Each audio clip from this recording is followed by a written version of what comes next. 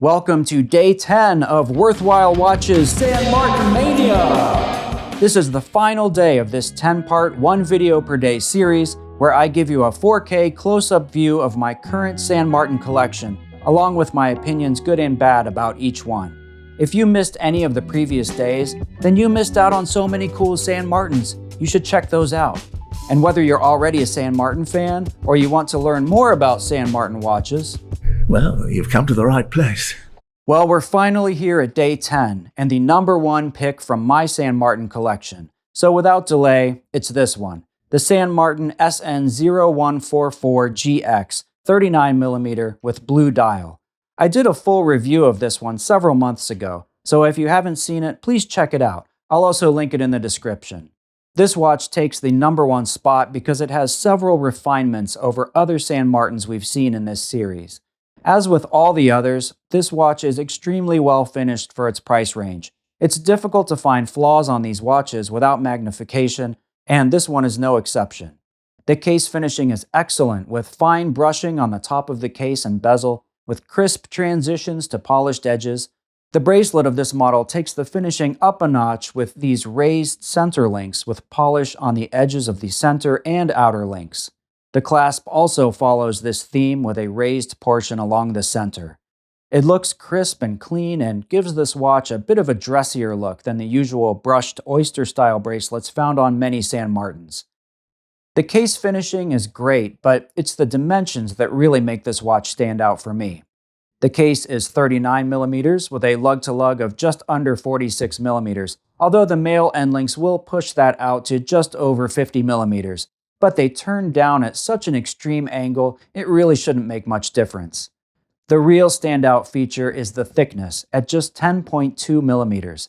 That makes this San Martin over 1.5mm thinner than this Tudor Black Bay 58.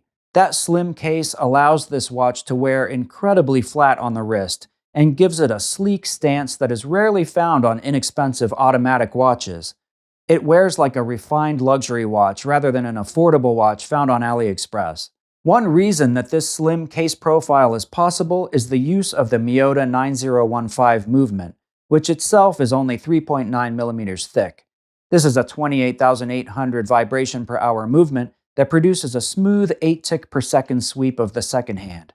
That smooth sweep is another touch of refinement that makes this watch stand out. Miyota movements are usually very reliable and accurate. Although I have gotten a bad Miyota 9015 before, they're usually solid movements. The biggest downside might be that they can be a bit noisy when the rotor spins freely, but that's usually a total non-issue for me. Since I purchased this one, San Martin has come out with additional dial materials and colors and new case sizes, including 36mm and 42mm versions, and they even have a GMT version now that features the Miyota 9075 Traveler GMT movement, while still maintaining a reasonable price. All these new models and variants are just so tempting. As a watch collector, it seems just when you get something great, a new improved model gets released. Even though I have this fantastic watch right now, there's always something shinier just around the corner. The hunt for the next new thing never seems to end. But do I really need another watch? No, but you will never listen. So this San Martin is a step up in refinement when it comes to the finishing, case design, and movement. But we haven't talked about the dial yet. These watches feature a dial that they produce using a low-temperature enamel process that emulates the patterns found in Zhenjiang porcelain. It's a pretty striking dial design when you look closely. The pattern becomes more or less prominent with changing lighting conditions, and combined with the highly polished hands and indices, this dial has plenty of visual interest. It looks nice. Yeah, it looks pretty sweet. It looks awesome. Continuing the theme of refinement in the design, the dial has several features that show a high level of attention to detail. The color-matched date wheel at 6 o'clock, which retains the symmetry of the dial. They included a small loomed index at 6 o'clock under the date window, rather than just leaving the space blank. There are only 2 subtle lines of text above the date, which nicely balances the applied logo under the 12 o'clock position. Well-proportioned minute markers around the perimeter are easily read, due to the gradient fading to a dark greenish blue around the edge.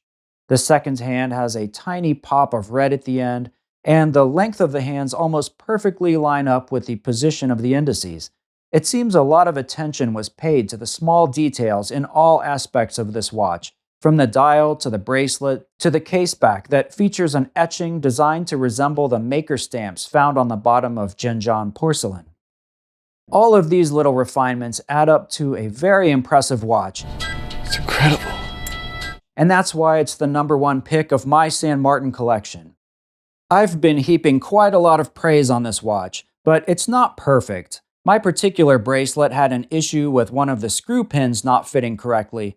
It became incredibly difficult to turn the screw once it was mostly seated, leading to a chewed-up screw head that isn't quite fully seated in the link. I go into a lot more detail about this in my full review. It's a shame, but it doesn't really take much away from my enjoyment of this watch. And I know that this wasn't just a one-off problem because I've received comments and messages from others who had similar issues with their bracelets. I really hope that San Martin has this bracelet screw issue worked out because these are fantastic watches. Do you have an SN0144? If so, how do you like it? Have you had any issues with the bracelet screws? I'd be very interested to hear if you have. And that will wrap up San Martin Mania. I hope you enjoyed this series, and I'd really like to hear your comments, questions, or experiences with San Martin. Thank you again for watching. If you enjoyed this series, please consider subscribing to the channel. And now that this series is over, I guess I have some internet research to do. I'm sure some worthwhile new models have been released, maybe something in purple or yellow. And so, the hunt begins again.